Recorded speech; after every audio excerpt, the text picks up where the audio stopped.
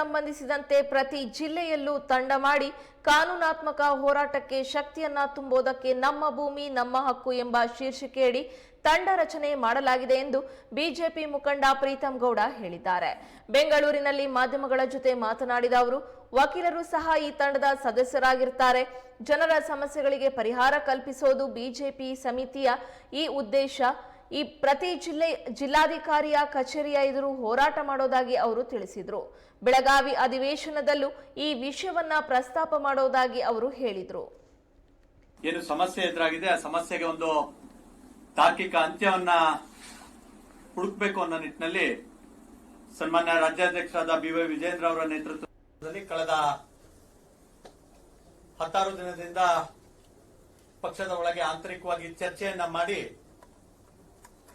ವ್ಯವಸ್ಥಿತವಾಗಿ ಜನರನ್ನ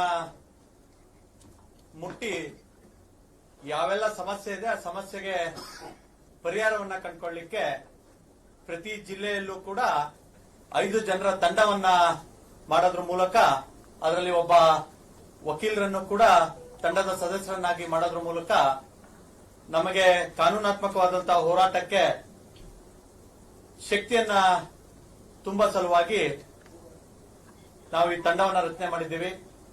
ನಮ್ಮ ಭೂಮಿ ನಮ್ಮ ಹಕ್ಕು ಎಂಬ ಶೀರ್ಷಿಕೆ ಅಡಿಯಲ್ಲಿ ಒಂದು ತಂಡವನ್ನ ರಚನೆ ಮಾಡಿ ಪ್ರತಿ ಜಿಲ್ಲೆಯಲ್ಲಿ ಮಠಾಧೀಶರು ಸೇರಿದಂತೆ ನಮ್ಮ ಜಿಲ್ಲೆಗಳಲ್ಲಿ ಬರುವಂತ ಪ್ರಮುಖ ವ್ಯಕ್ತಿಗಳನ್ನು ಒಳಗೊಂಡಂತೆ ಎಲ್ಲರನ್ನೂ ಭೇಟಿ ಮಾಡೋದ್ರ ಮೂಲಕ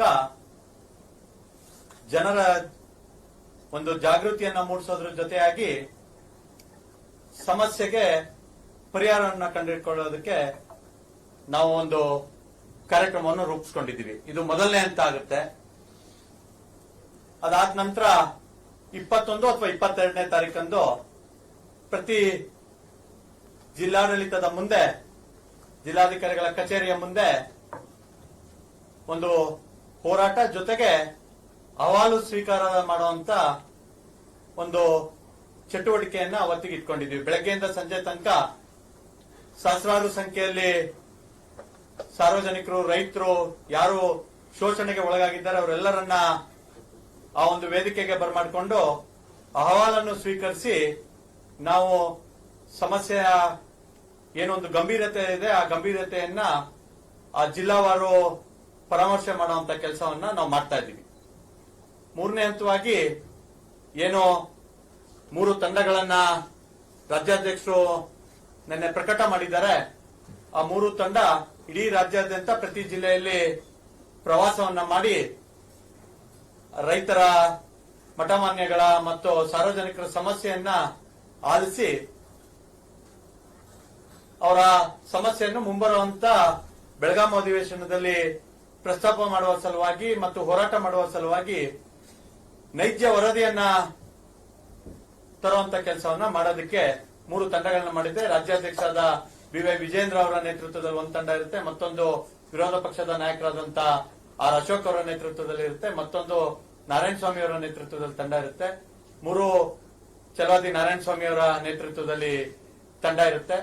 ಕೇಂದ್ರದ 3 ಸಚಿವರು ಸೇರಿದಂತೆ ಮಾಜಿ ಮುಖ್ಯಮಂತ್ರಿಗಳಾದಂತ ಸದಾನಂದ ಗೌಡರು, ಜಗದೀಶ್ ಶೆಟ್ಟರು, ಬೊಮ್ಮಾಯಿ ಅವರು ಸೇರಿದಂತೆ ಪ್ರಮುಖ ನಾಯಕರ ಒಳಗೊಂಡಂತ ಈ ತಂಡ ಕನಿಷ್ಠ 8 ಜಿಲ್ಲೆಗಳನ್ನ ಪ್ರವಾಸ ಮಾಡಿ ಆ ಸಮಸ್ಯೆಯನ್ನ ಅರ್ಥ ಮಾಡಿಕೊಂಡು ನಾವು ಸದನದಲ್ಲಿ ಯಾವುದು ವಾಸ್ತವಿಕವಾಗಿ ಸಮಸ್ಯೆಗಳಿದೆ ಅದನ್ನ ಬೆಳಚೆಲ್ಲುವಂತ ಕೆಲಸವನ್ನ ಮಾಡ್ತೀವಿ. ಅದ್ರ ಜೊತೆಯಾಗಿ ಅಧಿವೇಶನ ರಾಜ್ಯ ತಂಡದ ಪ್ರವಾಸ ಡಿಸೆಂಬರ್ 1st ವೀಕ್ ನಲ್ಲಿ ಪ್ರಾರಂಭ ಆಗುತ್ತೆ. 4ನೇ ಭಾಗ ಯಾವತ್ತು ಬೆಳಗಾಂನಲ್ಲಿ ಅಧಿವೇಶನ ಪ್ರಾರಂಭ ಆಗುತ್ತೆ ಅವತ್ತು ಒಂದಿನ ಹಿಂದೆ ಮುಂದೆ ಬೃಹತ್ ಒಂದು ಪ್ರತಿಭಟನೆಯನ್ನ ಬೆಳಗಾಂನಲ್ಲಿ ಹಮ್ಮಿಕೊಂಡಿದ್ದೀವಿ. 50 ರಿಂದ 60 ಸಾವಿರ ಸಾರ್ವಜನಿಕರು, ರೈತರನ್ನ ಸೇರಿಸಿ ಏನು ಇದೊಂದು ವಿವಾದವನ್ನು ಹುಟ್ಟಾಕಿದ್ದಾರೆ, ರೈತರಲ್ಲಿ ಆತಂಕವನ್ನ ಮೂಡಿಸಿದ್ದಾರೆ, ಅದನ್ನ ಪ್ರತಿಭಟಿಸಿ ಒಂದು ಬೃಹತ್ ಸಮಾವೇಶವನ್ನ ರಾಜ್ಯಾಧ್ಯಕ್ಷರ ನೇತೃತ್ವದಲ್ಲಿ ಬೆಳಗಾಂನಲ್ಲಿ ಹಮ್ಮಿಕೊಳ್ಳೋದಕ್ಕೆ ರಾಜ್ಯ ಭಾರತೀಯ ಜನತಾ ಪಾರ್ಟಿ ತೀರ್ಮಾನ ಮಾಡಿದೆ.